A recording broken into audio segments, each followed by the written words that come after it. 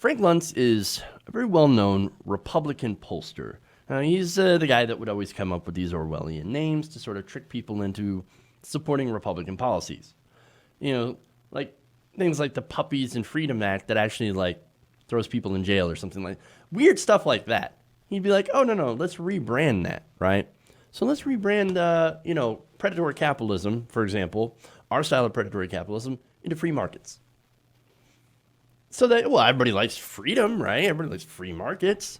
Well, okay, let's do that, right? And so now he has recently jumped on the trend of now calling regular things socialism. Now, let me give you an example, right? In a recent tweet, as he was spending some time in Austria, he tweeted this. I'm at the Hotel Imperial in Vienna, Austria, almost 200 rooms, but the elevator has been broken for 3 days. Please don't bring European-style socialism to America. What do those two things have to do with each other? You are in an elevator in a hotel, and apparently the elevator does not work. And of course, I could just imagine, right? He's like pushing the button. Oh, come on, elevator. Come. Socialism! Dang it! It makes no sense. He blamed European socialism for an elevator that doesn't work. It's crazy. And of course, the internet, nay, the world, had some things to say about this. So I want to read you some of those reactions. Allison Kilkenny says, broken elevators in privately owned hotels equals socialism. Bradley Moss says, I lost track of the number of times the escalators in the D.C. Metro break, but okay. All right. DB says, this has to be one of the dumbest things I've ever seen on this website. I would agree with that. Prince of Wales Hat says, hey, I'm not an economist, but I think that's not how Vienna hotels, elevators, or socialism work. It's a pretty accurate, I think, observation. And look, as they point out, this is a private company. There's no socialism in charge of the elevators. I mean, come on. It's the most ridiculous thing I've ever heard. Phil Gould says, please don't bring American-style ignorance to Europe. Ouch. James Fenton says, bloody commies running the privately owned 5-star Hotel Imperial associated with the American-owned multi-billion-dollar Marriott chain of hotels. Yeah, take that. Umar says, this is why the entire world thinks Americans are morons. And in this case, they may have a point. And people like Frank Luntz, Mitch McConnell, really do make us look really bad. Oh, and of course, obviously Donald Trump. And finally, here's my favorite tweet. He says, this is Kelsey Atherton, says, the Imperial Vienna is privately held. But speaking of socialism, congrats on being publicly owned. Nailed it, Kelsey. Nailed it.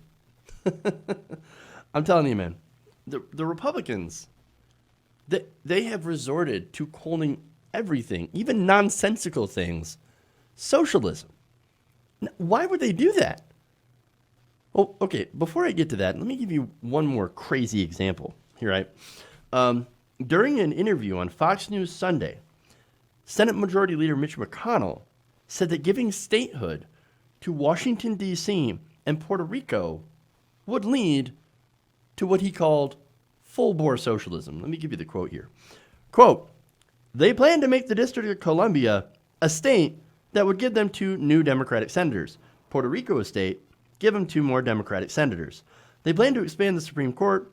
So this is full-bore socialism on the march in the House. Socialism.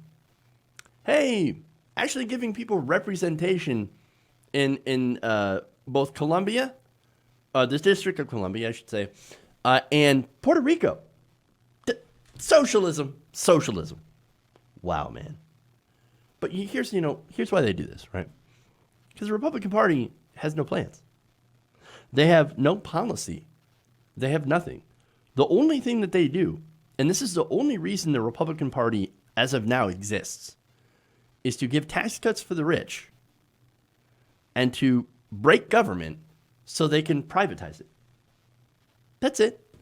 That's the only reason the Republican Party even exists anymore. Tax cuts for the rich. That's it.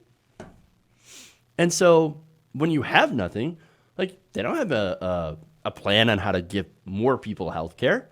They had a plan on reducing the number of people that had health insurance, but they don't have a plan on health care. They don't have a plan on helping people, who can't afford student loans. Nope, they don't have a plan for that. They don't have a plan for anything other than deregulation for corporations and more tax cuts for corporate America and wealthy people and wealthy donors. That's it. And when they have to start screaming about socialism, which, by the way, they believe in corporate socialism, not actual socialism, which is, of course, public ownership of the means of production. That's what that means. But words have no meaning anymore when it comes to the Republican Party. They have no meaning anymore. And so they just scream out socialism in order to scare old people. If that's all you got, well, then your party is in big trouble. Hey guys, hopefully you enjoyed that free video. Now I'm going to have to ask you a favor.